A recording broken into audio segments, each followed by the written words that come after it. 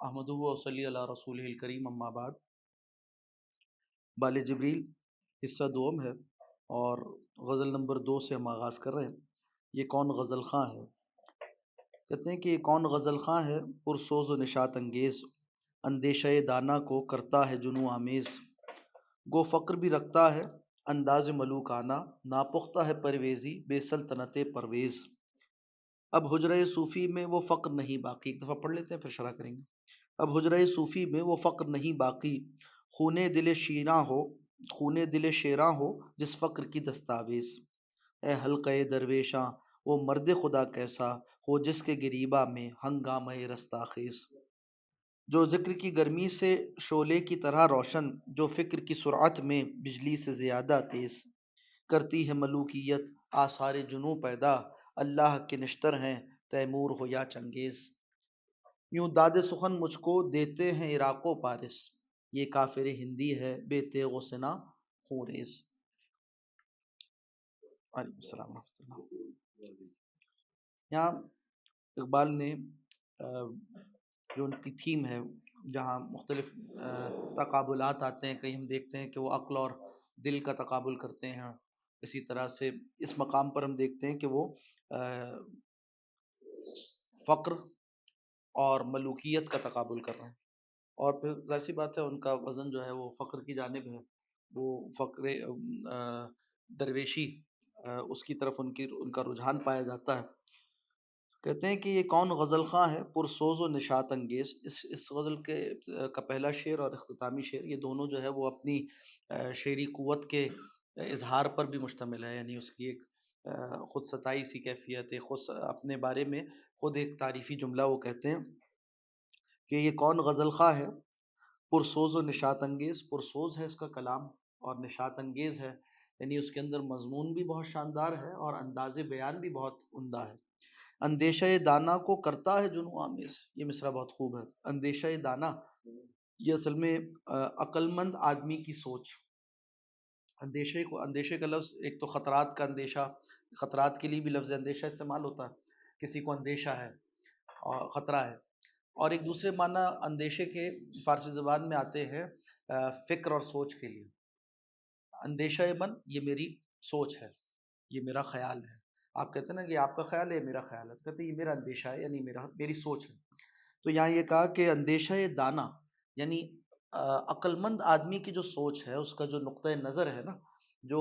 اور عقل مند آدمی ان معنی میں کہ 2 اور 2 4 والی عقل رکھنے والا، جو پریکٹیکل ریزننگ پہ چلتا ہے، جو ہے اپنے نفع اور نقصان کو دیکھتا ہے، اور جو کہیے کہ محسوسات اور معقولات کے دائرے میں اپنے آپ کو محدود رکھتا ہے، ایسے آدمی کی عقل کو کہتے ہیں اندیشہ دانا، یعنی عقل مند آدمی، ورلڈلی وائز، اس کی جو سوچ ہے نا کو کرتا ہے جنوں آمیز۔ کہتے ہیں میرا کلام، اقبال اپنے بارے میں کہہ رہے ہیں میرا کلام ایسا ہے کہ ایسے سمجھدار، دنیا کی نظر میں سمجھدار آدمی کی عقل کو بھی جنوں آمیز کر دیتا ہے، اس کے اندر بھی ایک جنوں، ایک جذبہ، علیکم السلام، اور ایک ولولہ اور ایک امنگ پیدا کر دیتا ہے کہ وہ اپنی عقل کو ایک طرف رکھ کر اپنے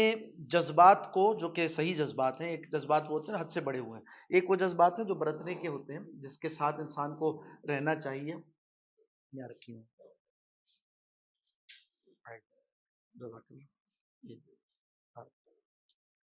تو جنوں آمیز کر دینا اس کو، وہ جو کہا نا اقبال نے کہ صفحہ دیکھ لیجیے،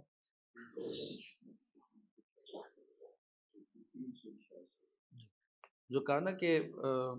خرد کی گتھیاں سلجھا چکا میں، میرے مولا مجھے صاحب جنوں کر۔ یہ جو عقل کی باتیں تھی وہ تو میں فلسفہ بہت کچھ دیکھ چکا مشرق و مغرب کا، اب مجھے وہ جنوں چاہیے جو شریک زمرے لا یحزنوں کر، ان لوگوں کے زمرے میں شامل ہونا چاہتا ہوں جو لا یحزنوں، جن کے لیے قرآن حکیم کہتا ہے کہ جن کو کوئی اندیشہ خوف نہیں رہتا۔ تو یہ والے جنون کے آمادہ اور اس کے لیے قائل کر لیتا ہے میرا کلام، اپنے بارے میں کہہ رہے ہیں، یعنی عقل مند آدمی کی جو سوچ ہے اس کو بھی قائل کر لیتا ہے جنوں کے اوپر۔ یہ کون غزل خواں ہے پرسوز و نشاط انگیز، اندیشہ دانا کو کرتا ہے جنوں آمیز، گو فقر بھی رکھتا ہے انداز ملوکانہ، ناپختہ ہے پرویزی بے سلطنت پرویز۔ اس میں بھی یعنی ابہام رکھا گیا اور ان کہی بات کو یہاں بیچ میں سمجھنے کی ضرورت ہے، وہ یہ کہا کہ گو فقر بھی رکھتا ہے انداز ملوکانہ، یہ تقابل ہے اصل میں، دو طرح کی چیزوں پر تقابل ہے۔ ایک طرف فقر ہے، درویشی ہے، خدا مستی ہے، اور جو ہے اس کے اندر خودی ہے، اور دوسری جانب ملوکیت ہے، بادشاہت ہے، پرویزیت ہے، اور خسرویت ہے، سلطنت ہے، شان و شوکت ہے، دولت ہے۔ اب ان دونوں کا ایک اور نقطہ نظر سے تقابل کریں، اب یہ تو ظاہر سی بات ہے اقبال کا ووٹ جو ہے وہ درویشی کی طرف ہے، مگر یہاں اس فقر و درویشی کے لیے ایک اور دلیل وہ لے کر آئے ہیں، وہ کہہ رہے ہیں کہ گو فقر بھی رکھتا ہے انداز ملوکانہ، جو فقیر ہوتا ہے نا، درویش خدا مست، اس کا بھی ایک دائرہ حکومت ہے، وہ دلوں پر حکومت کرتا ہے، اور روئے ارضی پر بستے والے لوگ، ان کے اوپر دو طرح کی حکومتیں ہوتی ہیں۔ بعض لوگ وہ ہوتے ہیں جو اپنے جسموں کو کسی کے کا غلام بناتے ہیں، اور بعض وہ ہوتے ہیں جو اپنی روحوں کو کسی کے تابع کرتے ہیں۔ تو فقیر جو ہوتا ہے، درویش جو ہوتا ہے، وہ لوگوں کی روحوں پر حکومت کرتا ہے، اس لیے کہ وہ انہیں خدا سے جوڑتا ہے، انہیں روحانیت کا راستہ دکھاتا ہے۔ اور جو دنیا پرست ہوتے ہیں، ان کے لیے اصل چیز تو چونکہ جسم ہے، اور اس کی راحت ہے، عزت ہے، شوکت ہے، شان و شوکت ہے، اور دنیا کے اغراض و مقاصد ہیں، اس کے لیے وہ پھر تابع ہو جاتے ہیں، ذلیل ہوتے ہیں، خوار ہوتے ہیں بادشاہوں سے۔ تو کہا کہ یہ جو انداز ملوکانہ یعنی بادشاہت کا جہاں سے تعلق، یعنی گورن کرنا ہے جہاں تک، یہ تو فقیری کو بھی حاصل ہے، فقیر بھی گورن کرتا ہے، مگر کس کو کرتا ہے؟ وہ دلوں کو کرتا ہے، اور جو بادشاہ ہوتے ہیں وہ جسموں کو کرتے ہیں۔ مگر دونوں میں فرق کیا ہے؟ ناپختہ ہے پرویزی بے سلطنت پرویز، پرویزی کیا ہے؟ وہ حکومت ہے، مگر فقیر درویش وہ اپنی کوٹری میں بیٹھا ہوا بھی بادشاہ ہے، اس کو کوئی لاؤ لشکر نہیں چاہیے، اس کو کوئی خزانہ بھرا ہوا نہیں چاہیے، اس کو کوئی فوج نہیں چاہیے، اسے ہتھیار نہیں چاہیے لوگوں کو تابع کرنے کے لیے، جیل خانہ نہیں چاہیے اسے، اور جو ہے وہ بادشاہی شان و شوکت نہیں چاہیے۔ مگر دوسری طرف جو بادشاہ ہے نا، اس کا مسئلہ یہ ہے کہ اس کی بادشاہت قائم ان چیزوں پہ ہوتی ہے، بغیر لاؤ لشکر کے وہ بادشاہ رہتا نہیں ہے۔ جس دن اس کے پاس سے سب کچھ نکلا، وہ مثال کے طور پر اس کا بیت المال خالی ہو گیا، یا یہ کہ اس کی فوج باغی ہو گئی، تو اس کا سب کچھ گیا، اس کے وزیر مشیر جو ہے وہ اس کے تابع نہیں رہے تو سب کچھ گیا۔ تو اس کے پاس جو کچھ ہے وہ کسی کے سہارے ہے، اور فقیر کے پاس، درویش کے پاس جو کچھ ہے اس پہ کسی شے کا سہارا نہیں ہے۔ تو کہا کہ حکومت تو دونوں کرتے ہیں، ایک جو ہے دلوں پر حکومت کرتا ہے بغیر لاؤ لشکر کے، اور دوسرا وہ ہے جو کہ لاؤ لشکر کے ذریعے سے اور ہتھیاروں اور سنکلوں کے ذریعے سے لوگوں کے جسموں پر حکومت کرتا ہے۔ تو ایک پائیدار ہے اور ایک ناپائیدار ہے، ایک وہ ہے جو چھن جاتی ہے حکومت، ایک وہ ہے جو چھننے والی نہیں ہے۔ کہا کہ گو فقر بھی رکھتا ہے انداز ملوکانہ، ناپختہ ہے پرویزی بے سلطنت پرویز۔ اس شعر کی اور تعبیرات بھی ہو سکتی ہیں، مگر جو کہیے کہ انکہی بات کو اگر یوں ہم پر کریں تو ایک تعبیر یہ تھی جو میں نے عرض کر دی۔ اب حجرہ صوفی میں وہ فقر نہیں باقی۔ اب یہ تو ہوا نا کہ بھئی فقر و درویشی جو اپنی آئیڈیل صورت میں، مطلوب صورت میں ہے، وہ کیا ہوتی ہے؟ اس کا مطلب ہے زہد ہے۔ جب دینی تعبیر میں اس کو لاتے ہیں نا، تو زہد یعنی زہد کا مطلب ہے دل کا دنیا کی محبت سے خالی ہونا۔ اللہ نے اس کے اندر ایک عجیب کشش رکھی ہے، یعنی جس دل میں دنیا کی محبت نہ ہو، اس دل کو اللہ مقناطیس بنا دیتے ہیں، اس کی طرف ایک کشش پیدا ہو جاتی ہے۔ اور جس دل میں دنیا کی محبت آ جائے، اس کے اندر ایک نفور، اس سے دور بھاگتے ہیں لوگ۔ یعنی جو اچھا مال ہوگا نا، یعنی جو اچھا دل ہوگا، وہ کھنچے گا اس دل کی طرف جس دل میں دنیا کی محبت نہیں ہوگی۔ اور جس دل میں دنیا کی محبت ہے، دو دل ہیں، دونوں میں دنیا کی محبت ہے، ان دونوں کے اندر وہ نسبت پیدا ہو جائے گی۔ آپ نے دیکھا ہوگا اگر آپ ایک مقناطیس سے دوسرا مقناطیس لگا دیں تو کیا ہوتا ہے؟ دونوں ایک دوسرے سے بھاگتے ہیں، تو جنگ و جدال کا باعث بنتے ہیں۔ تو یہ ایک قاعدے کی بات ہے، ایک اصول کی بات ہے۔ تو کہا اچھا اب یہ جو اصولی اور اعلیٰ درویشی کی صفت تھی نا، جوڑنے والی چیز کیا تھی؟ کہ دنیا کی محبت سے دل کو خالی کرنا۔ اب ویسے صوفی نہ رہے، تو کہا کہ اب حجرہ صوفی میں وہ فقر نہیں باقی، خونے دل شیراں ہو جس فقر کی دستاویز۔ جب دنیا کی محبت نکل جاتی ہے تو آدمی جری ہو جاتا ہے، بہادر ہو جاتا ہے، قوی ہو جاتا ہے۔ اب اس کے پاس کچھ ہے نہیں نا لٹانے کو، بھئی کچھ آپ کے پاس ہے تو خطرہ ہوتا ہے کہ کوئی چوری کر لے گا۔ جس نے سب کچھ ویسے ہی اللہ کی راہ میں لگا دیا، اب اس کے پاس کچھ ہے نہیں، اس کو اندیشہ ہو کہ لٹ جائے گا، مجھ سے چلا جائے گا، تو وہ پھر جری ہو جاتا ہے۔ کہا کہ اب ایسے صوفی نہ حجرے میں موجود ہیں، وہ فقر ان میں باقی نہیں رہا، یعنی دنیا سے عدم رغبت کی کیفیت باقی نہیں رہی، اور اس ساتھ ساتھ پھر اس کا نتیجہ کیا نکلا کہ ایسے اللہ والوں کے ذریعے سے جو احقاق حق ہوتا تھا،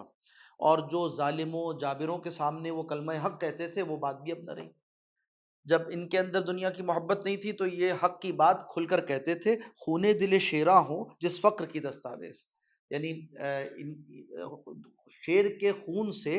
ان کی، یعنی جو شیر کے دل کے خون سے، یعنی جو بہادری والی کیفیت ہے نا، اس کے ساتھ ان کی روداد لکھی جاتی تھی۔ چنانچہ آپ دیکھیں گے تاریخ اسلام میں بڑے بڑے غیر معمولی واقعات پیش آئے۔ حضرت سعید بن المسیب رحمۃ اللہ علیہ بڑے ایک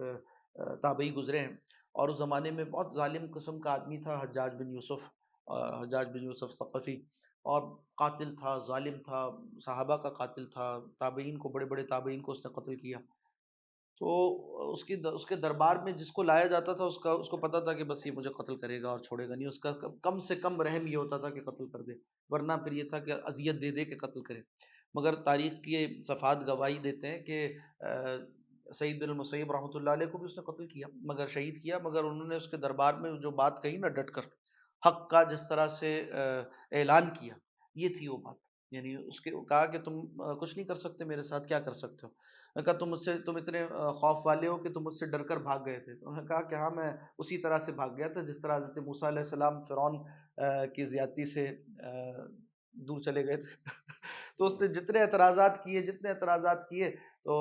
اس نے کہا کہ اچھا ایسا کرو، میں تمہیں آخری آپشن دیتا ہوں کہ تم اپنے لیے طریقہ موت چن لو۔ تم بہت بڑے حافظ الحدیث ہو، بہت تم نے قرآن حکیم کی خدمت کی ہے، حدیث کی خدمت کی ہے، تو ایسا کرو کہ تم اپنے لیے طریقہ موت چن لو، یہ اختیار میں تم پر رحم کرتا ہوں۔ تو انہوں نے کہا کہ ایسا کرو کہ تم اپنے لیے یہ کام میرے اوپر نہ چھوڑو، تم اپنے لیے جہنم کا وہ عذاب چن لو جو تم برداشت کر سکتے ہو۔ اس لیے کہ حدیث میں آیا ہے کہ جو شخص جس آدمی کو ظالمانہ جس طرح سے قتل کرے گا، اللہ سبحانہ و تعالیٰ اسی طرح کا عذاب اسے جہنم میں دے گا۔ تو کہا میرا تو مسئلہ نہیں ہے، مسئلہ تمہارا ہے، تو تم اپنے لیے طریقہ عذاب چن لو، یہ کام تمہارے لیے اچھا ہے میرے نسبت۔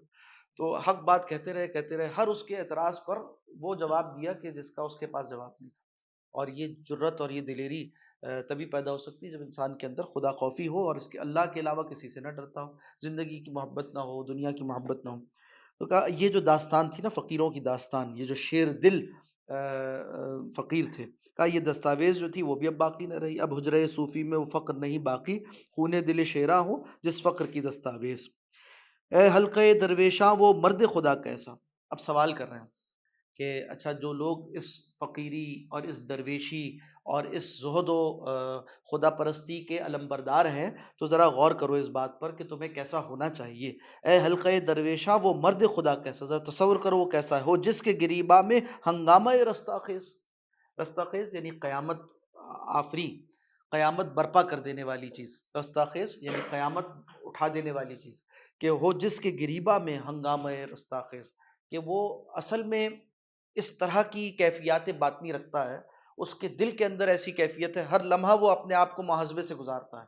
اور وہ لوگوں کے لیے قیامت ہے، ان معنی میں کہ لوگوں پر حق کی گواہی اور اللہ سبحانہ و تعالیٰ کی عدالت قائم کرتا رہتا ہے۔ ہو جس کے گریباں میں ہنگامہ رستاخیز، جو ذکر کی گرمی سے، اب اس کی اور صفات بیان کر رہے ہیں۔ ایک تو اللہ کا عدل اس کی زبان سے جاری ہوتا ہے، دوسری طرف اور اس کی صفات کیا ہے؟ جو ذکر کی گرمی سے شعلے کی طرح روشن،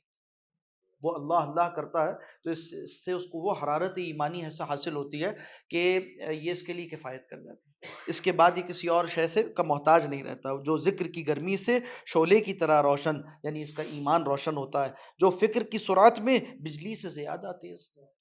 اور ایسا نہیں ہے کہ وہ صرف اللہ اللہ کرنا جانتا ہے، بلکہ اللہ سبحانہ و تعالیٰ نے اس کو جو یہ ایمانی صفات دی ہیں، اس کے نتیجے میں وہ دنیا کی ہر شے کو پرکھ سکتا ہے۔ جس طرح سے سونے کو پرکھنے کے لیے ایک پتھر ہوتا ہے، اس پر رگڑ کر دیکھتے ہیں، پتہ چل جاتا ہے کہ کھرا یا کھوٹا ہے، اسی طرح یہ درویش خدا مست، اس کی نگاہیں دیکھ لیتی ہیں کہ کیا چیز حق ہے اور کیا باطل ہے، کیا خیر ہے اور کیا شر ہے، تو اس کی فکر بھی روشن ہوا کرتی ہے، جو فکر کی صورت میں بجلی سے زیادہ تیز، قرآن و سنت سے دیکھتا ہے وہ۔ کرتی ہے ملوکیت آثار جنوں پیدا، اللہ کے نشتر ہیں تیمور ہو یا چنگیز۔ ابھی ایک دوسرا موضوع ہے جس کی طرف وہ آ گئے، کہتے ہیں کہ کرتی ہے ملوکیت آثار جنوں پیدا، جب کسی کے پاس بادشاہت آ جائے، حکومت آ جائے نا، تو اس کے اندر پھر غرور، تکبر، گھمنڈ اور خودرائی اور ظلم، زیادتی یہ پیدا ہو جاتی ہے۔ اور جب ایسا ہوتا ہے تو ہر تھوڑے عرصے کے بعد ایسے چھوٹے چھوٹے جو فرعون بن جاتے ہیں نا، ان کو سبق سکھانے کے لیے اللہ سبحانہ و تعالیٰ ان کے اوپر ایک اور بڑا فرعون مسلط کر دیتا ہے۔ یہ اللہ کا قانون ہے، اس دنیا میں اللہ سبحانہ و تعالیٰ اسی طرح سے ایک کی طاقت کا مزہ دوسرے کو چکھاتے ہیں، اور یہ عذاب کی ایک صورت ہے۔ قرآن حکیم بھی اس کو بیان کرتا ہے، سورہ بنی اسرائیل کے آغاز میں بنی اسرائیل سے متعلق کر اس بات کو بیان کیا گیا کہ جب ان کو ہم نے موقع دیا تھا صحیح ہونے کا، انہوں نے موقع گوا دیا، اور جب وہ برے راستوں پر پڑ گئے تو ہم نے ان پر پھر اپنے ایک زوراور بندے مسلط کر دیے۔ تو غیر قوم مسلمانوں کے ساتھ بھی ایسا ہوتا ہے، جب مسلمان اللہ سبحانہ اپنی حکومتوں میں اللہ سے نہیں ڈرتے اور بے اعتدالیاں کرتے ہیں تو اس کے نتیجے میں اللہ سبحانہ و تعالیٰ دوسری قوموں کو ان پر مسلط کر دیتا، اور اسی طرح کبھی کسی قوم کو کسی پر، کبھی کسی قوم کو کسی پر۔ تو کہا کہ ملوکیت سے جب بادشاہوں کے اندر طرح طرح کا غرور اور گھمنڈ پیدا ہو جاتا ہے، اللہ کے نشتر ہے تیمور ہو یا چنگیز، تو تیمور نے آ کر یہ جو وسط ایشیائی علاقہ ہے اس کو فتح کیا، اور یہاں جتنے بھی راجواڑے تھے اور نوابوں کی حکومتیں تھیں اور کہیے کہ چھوٹی چھوٹی ملوکیتیں تھیں، ان سب کو تہس نہس کر دیا، اتنا قتل و غارت کا بازار گرم کیا۔ تو کیا ہوا، وہ خود کہتا تھا کہ میں کیا ہوں، میں خدائی عذاب بن کر تم پر نازل ہوا ہوں۔ قتل کرتا تھا لوگوں کو، کہتا میں خدائی عذاب، اس لیے کہ جن کو قتل کر رہا تھا ان بادشاہوں نے اور چھوٹے چھوٹے سرداروں نے خود ظلم زیادتی کے بازار گرم کیے ہوئے تھے۔ اسی طرح دوسری جانب دیکھیے کہ چنگیز خان، ہلاکو خان، انہوں نے آ کے مسلمانوں کی جو تہذیب و تمدن کے مراکز کہلاتے تھے، کیا ہوا کہ وہ زوال آمادہ ہو چکے تھے، اب وہاں پر اللہ کے دین اور شریعت کی پاسداری نہیں تھی، بلکہ راگ و رنگ اور اسی طرح سے طاؤس اور رباب، آخر جسے اقبال نے کہا نا، وہ کیفیات پیدا ہو گئی تھی۔ تو آ کر بغداد کی اینٹ سے اینٹ بجا دی، اور خلیفہ کو جو ہے وہ ایک جانور کی کھال کے اندر ڈال کر گھوڑے کے پیروں میں رونڈ ڈالا، اور جو تباہی کی، جو تباہی کی، لاکھوں انسان قتل کر دی، لاکھوں انسان قتل، کھوپڑیوں کے مینار، سب ہم جانتے ہیں اس بات کو۔ تو کہا یہ اللہ کی طرف سے نشتر بن کر، جس طرح سے کسی شخص کی کو کوئی عذر ہو جائے نا، آزار ہو جائے، اور اس کو کوئی پھوڑا پھنسی نکل آئے، اس میں جو ہے نا خون جم جائے، تو ڈاکٹر کیا کرتا ہے، کٹ لگا کر وہ نکال دیتا۔ اسی طرح سے کہا کہ یہ خدائی نشتر بن کر نازل ہوتے تیمور و چنگیز، کہا کہ کرتی ہے ملوکیت آثار جنوں پیدا، اللہ کے نشتر ہے تیمور ہو یا چنگیز، یوں داد سخن مجھ کو دیتے ہیں عراق و پارس۔ اب یہ جو پہلا شعر تھا جس طرح سے اپنی تعریف میں انہوں نے بیان کیا تھا، اپنی تعریف بیان کی تھی، ایسی آخر میں بھی کرتے ہیں، اور یہ یعنی مبالغہ نہیں ہے، اس میں حقیقت بھی ہے کہ اقبال کے کلام کی یہ حیثیت ہے کہ اس نے یہ شان پیدا کی۔ یوں داد سخن مجھ کو دیتے ہیں عراق و پارس، یہ کافر ہندی ہے بے تیغ و سنا خوریز، کہ عراق و پارس، عراق آپ جانتے ہیں ایک بڑا علاقہ اور تہذیب و تمدن کا ایک مرکز، اور پارس جو ہے یہ بھی وہ جگہ ہے جہاں سے پارسی افراد جو ہے وہ منسوب ہیں، زرتشتی مذہب کا مرکز جو ایران کے علاقے میں تھا۔ تو عراق و ایران یہ قدیم ترین تہذیبی مراکز کی طرف اشارہ کرتے ہیں۔ تو کہا کہ یوں داد سخن، یعنی ایک دنیا مجھے داد سخن دیتی ہے اور میری شاعری پر مجھے داد دیتی ہے، کیا کہہ کر کہ یہ کافر ہندی ہے، یعنی ہند کا رہنے والا ایک آدمی ہے، اور بے تیغ و سنا خوریز، اور یہ خوریزی کرتا ہے، خون بہاتا ہے بغیر تلوار کے اور برچھے کے، اور بغیر تیر کے اور تفنگ کے۔ تو یہ خوریزی کیسی ہے، یعنی افکار کی دنیا میں جتنے باطل افکار ہیں ان کی کاٹ کرتا ہے۔ افکار کی دنیا میں ایک اس نے طوفان برپا کیا ہوا ہے اقبال نے اپنے اشعار کے ذریعے سے۔ اگلی غزل دیکھتے ہیں جناب۔ کہا کہ وہ حرف راز کے مجھ کو سکھا گیا ہے جنوں، خدا مجھے نفس جبرائیل دے تو کہوں۔ وہاں تعلی تھی، یہاں انکساری کا اعتراف بھی ہے، عاجزی کا اعتراف بھی ہے۔ کہا کہ وہ حرف راز، یعنی ایک راز کی بات، یعنی قرآن و سنت کے مطالعے سے جو راز کی بات مجھے سمجھ آ گئی ہے، اور یہ مطالعہ بھی عقل پر مبنی مطالعہ نہیں ہے، جنوں کے ذریعے، یعنی وہ جو خودی پر مشتمل جنوں ہے نا، اس کے ذریعے سے جو میں نے مطالعہ کیا، وہ حرف راز کہ مجھ کو سکھا گیا ہے جنوں، خدا مجھے نفس جبرائیل دے تو کہوں۔ جبرائیل جس کی جو سانس ہے، یعنی وہ جو کلام کرتے ہیں نا، جیسے یعنی اس سے مراد کیا ہے کہ جیسے وحی میں تاثیر ہوتی ہے، جامعیت ہوتی ہے، حضرت جبرائیل وحی لے کر آتے رہے نا، تو خدائی کلام کی جو جامعیت ہوتی ہے اگر وہ مجھے عطا ہو جائے تو میں بتا سکتا ہوں، ورنہ نہیں بتا سکتا۔ مطلب یہ ہے کہ وہ راز کی بات وحی کے ذریعے معلوم ہوتی ہے، وہ شاعری سے معلوم نہیں ہوگی، اور وہ راز کی بات قرآن و سنت میں میں نے پڑھی ہے، یعنی وہی تو جبرائیل لے کر آئے، اس میں میں نے پڑھی ہے وہ راز، وہ حرف راز کے مجھ کو سکھا گیا ہے جنوں، خدا مجھے نفس جبرائیل دے تو کہوں، ستارہ کیا میری تقدیر کی خبر دے گا۔ اب توہمات کی نفی کر رہے ہیں، توہم عام ہے نا، وہم عام ہے کہ ستاروں سے قسمت کا حال معلوم ہوتا ہے، اور ستاروں کی چال سے اور ستاروں سے لوگوں کے بہت سی ایسی باتیں جن کو لوگوں نے متعلق کر لیا ہے، جس میں ظاہر سی بات ہے کہ کچھ تو ایسی چیزیں ہیں کہ جو تجرباتی ہیں، اس میں کچھ حقیقت ہو بھی سکتی ہے، مگر اس پر ایمان لانا یا اس کی تصدیق کرنا شرعاً جائز نہیں۔ حضرت عائشہ صدیقہ رضی اللہ تعالیٰ عنہ نے پوچھا تھا نا کہ یہ جو لوگ ہوتے ہیں، یہ سارے جو ستاروں سے چال بتانے والے اور فال سے قسمت کا حال بتانے والے، تو آپ حضرت عائشہ صدیقہ رضی اللہ تعالیٰ عنہ نے، بہت ہی سمجھدار خاتون تھیں اور بہت ہی عالمہ خاتون تھیں، تو انہوں نے نبی اکرم صلی اللہ علیہ وسلم سے پوچھا کہ یا رسول اللہ، بعض اوقات یہ جو کچھ بتاتے ہیں اس میں کچھ ہو بھی جاتا ہے، حقیقت پر مشتمل ہوتا ہے، تو اس کی کیا حقیقت ہے؟ تو آپ صلی اللہ علیہ وسلم نے فرمایا کہ ہوتا کیا ہے کہ ایک جنی وہ جا کر جو ہے نا آسمان سے وہ خبریں لانے کی کوشش کرتی ہے، اور وہ تھوڑی بہت اچک کر لے آتی ہے، جیسے قرآن حکیم میں بھی آیا، وہی ہے جو کہ محفوظ ہوتی ہے، وہی کے علاوہ جو اور خبریں فرشتے لے کر آتے ہیں جاتے ہیں، غیب کی خبریں، ان میں سے کچھ اچک کر لے آتے ہیں، مگر وہ نامکمل سی بات ہوتی ہے۔ پھر اس میں وہ کرتا کیا ہے، جادوگر یا ایسی باتیں بتانے والا، اس میں 100 جھوٹ اپنی طرف سے ملاتا ہے اور پھر لوگوں کو بتاتا ہے، تو جن آ کر ان کے کان میں وسوسہ اندازی کرتے ہیں، اور وہ ان وسوسوں میں اور 100 جھوٹ ملا کر لوگوں کو داستان سناتے ہیں، تو کبھی ایک بات پوری آپ دیکھیے گا ایسی ہوتا ہے، یہ ایک کبھی ان کی کوئی پیش گوئی پوری ہو جاتی ہے، زندگی بھر اسی کو پیٹتے ہیں، اسی کو اپنے کمائی کا وسیلہ بناتے ہیں۔ تو کہا کہ یہ کیا ستارے تمہاری تقدیر کی کیا خبر دیں گے؟ اب دیکھیے انداز کیا ہے، ایک اور انداز، یعنی شرعی انداز سے اس کی نفی نہیں کی توہمات کی، بلکہ ایک اور انداز سے کہ ستارہ کیا میری تقدیر کی خبر دے گا، وہ خود فراخی افلاک میں ہے خار و زبوں۔ آج جب آپ یہ دوربین سے ستاروں کی گردش دیکھ رہے ہوتے ہیں تو ایسا معلوم ہوتا ہے کہ وہ خار و زبوں ہیں، یعنی پریشان حال ستارے ادھر سے ادھر پھر رہے ہیں، اور وہ تو خود اس گلیکسی میں اور اس پوری جو جسے ملکی وے کہا جاتا ہے، اس کائنات میں وہ ادھر سے ادھر سرگردہ ہیں، ان کو خود اپنا راستہ نہیں معلوم، ان کی کوئی حیثیت نہیں ہے، اور اس کائنات کا کہیے کہ جتنی مخلوقات ہیں اس کا شہزادہ تو انسان ہے، تو انسان کی تقدیر کی وہ کیا خبر دیں گے، ان کی کیا حیثیت ہے؟ یوں بتایا، کہا ستارہ کیا میری تقدیر کی خبر دے گا، وہ خود فراخی ہے افلاک، یعنی آسمانوں کی کشادگی میں ہے خار و زبوں، حیات کیا ہے خیال و نظر کی مجذوبی، حیات کیا ہے خیال و نظر کی مجذوبی، خودی کی موت ہے اندیشہ ہائے گو نہ گو، حیات کیا ہے خیال و نظر کی مجذوبی، اس کو آپ یوں کہہ لیجئے کہ دل کے تابع ہونا، زندگی جس کو اقبال کہہ رہے ہیں، ورنہ زندگی تو صرف دل کے چلنے کا اور خون کے پمپ ہونے کا نام نہیں ہے نا، کہا حیات کیا ہے خیال و نظر کی مجذوبی، خیال و نظر کو، اپنے افکار کو، اپنے نقطہ نظر کو، اپنے عقیدے کو دل کے تابع کرو، یعنی ایمان بالغیب وہ ضروری ہے، خودی کی موت ہے اندیشہ ہائے گو نہ گو، خودی کی موت ہے اندیشہ ہائے گو نہ گو، خودی اقبال کیا ایک پسندیدہ چیز ہے نا جو سبب حیات ہے، تو اب کہا کہ اس کی موت واقع ہوتی ہے اندیشہ ہائے گوناگوں سے، یعنی عقل کے تابع کر دینے سے،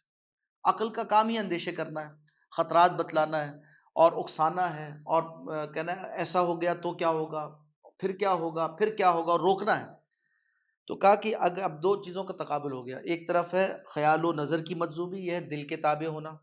اور ایک ہے اندیشہ ہائے گوناگوں، یہ ہے عقل کے تابع ہونا، تو یہاں وہی تقابل جو اقبال کرتے ہیں عقل و دل کا، وہی پھر سے واقع ہوا، مگر انداز دوسرا ہے، ایک نئے انداز میں دل اور دماغ کے تقابل کو پھر پیش کیا ہے، حیات کیا ہے خیال و نظر کی مجذوبی، خودی کی موت ہے اندیشہ ہے گوناگوں،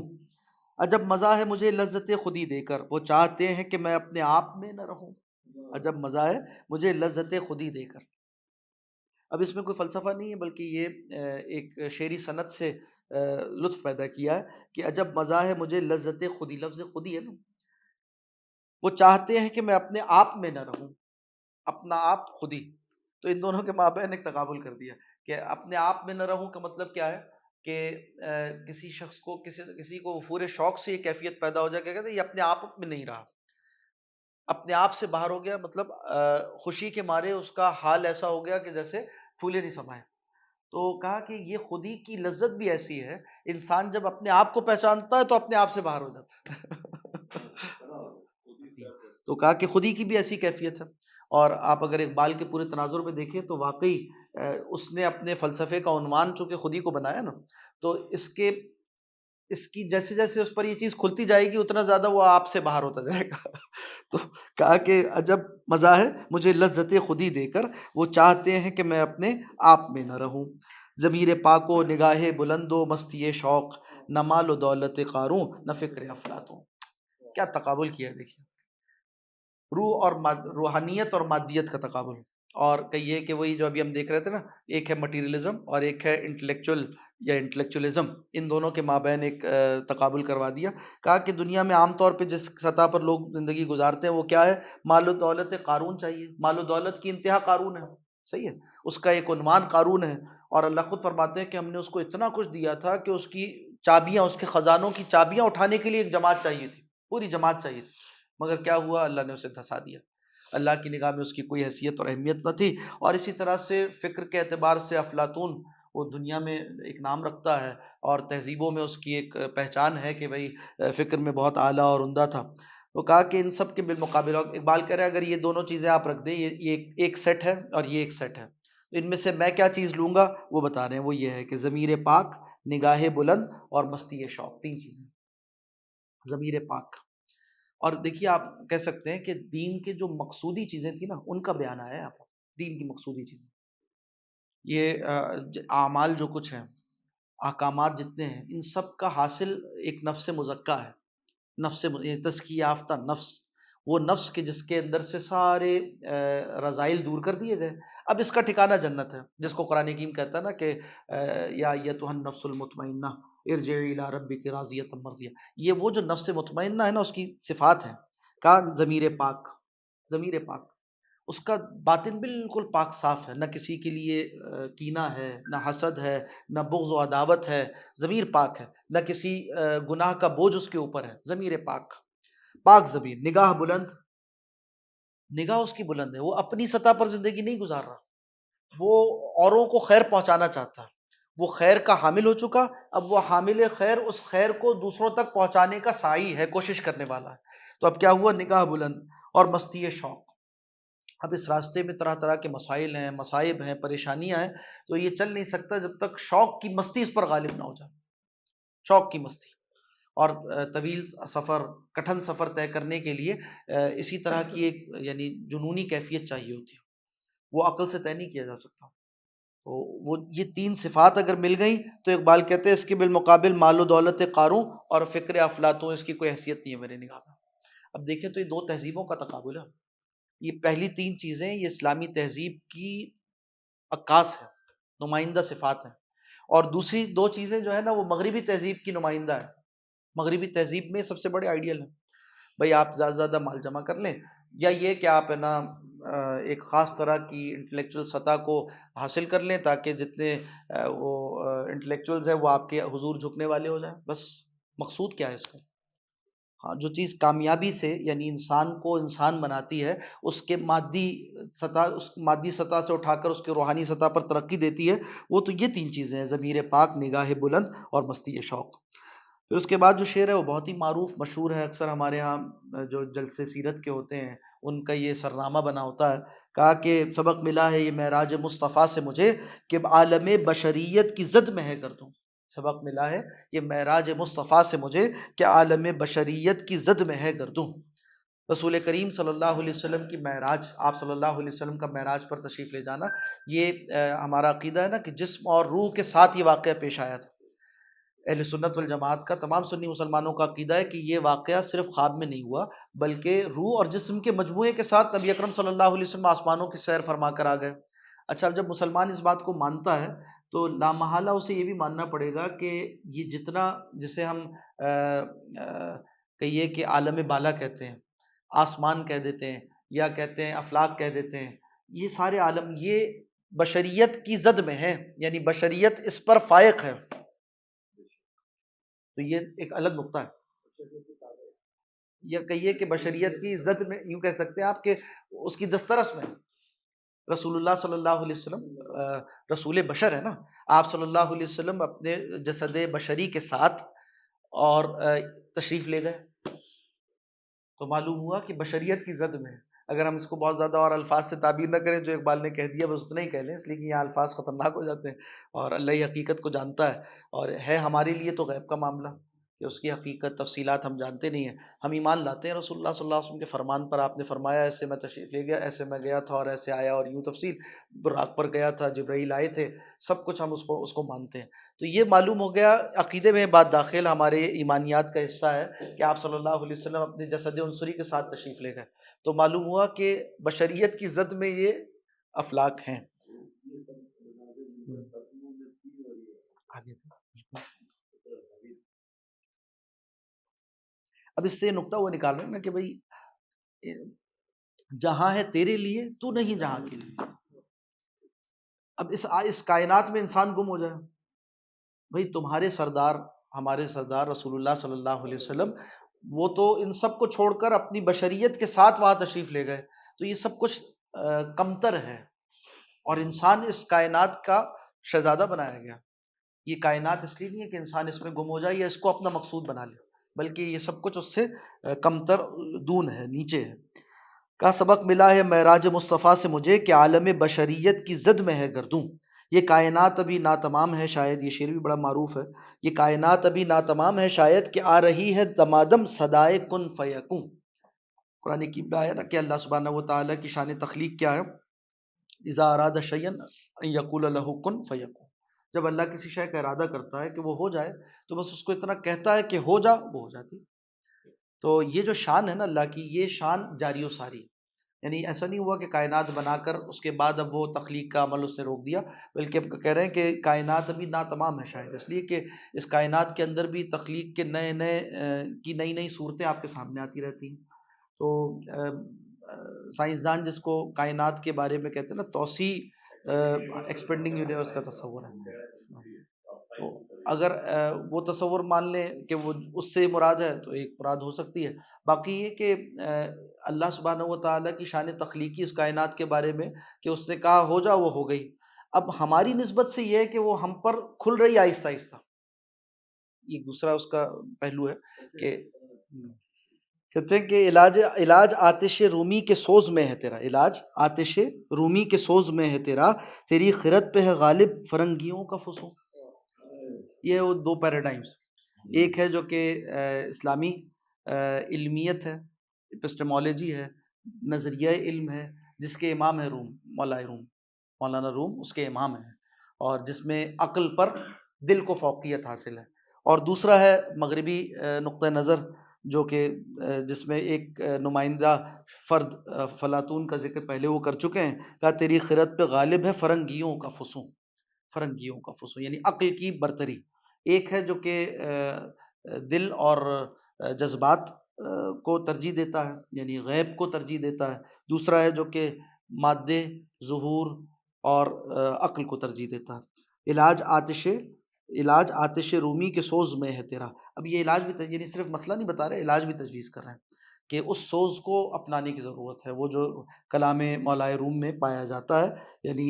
جس میں آخرت کی ترجیح قائم ہوتی ہے۔ علاج آتش رومی کے سوز میں ہے تیرا، تیری خرد پہ ہے غالب فرنگیوں کا فسوں، اسی کے فیض سے میری نگاہ ہے روشن۔ پھر اپنا مستفید ہونا بھی بتلا رہے ہیں کہ میں مولائے روم کے کلام سے، اسی آتش رومی سے مستفید ہوا ہوں، اسی کے فیض سے میری نگاہ ہے روشن، اسی کے فیض سے میرے صبح میں ہے جی ہوں۔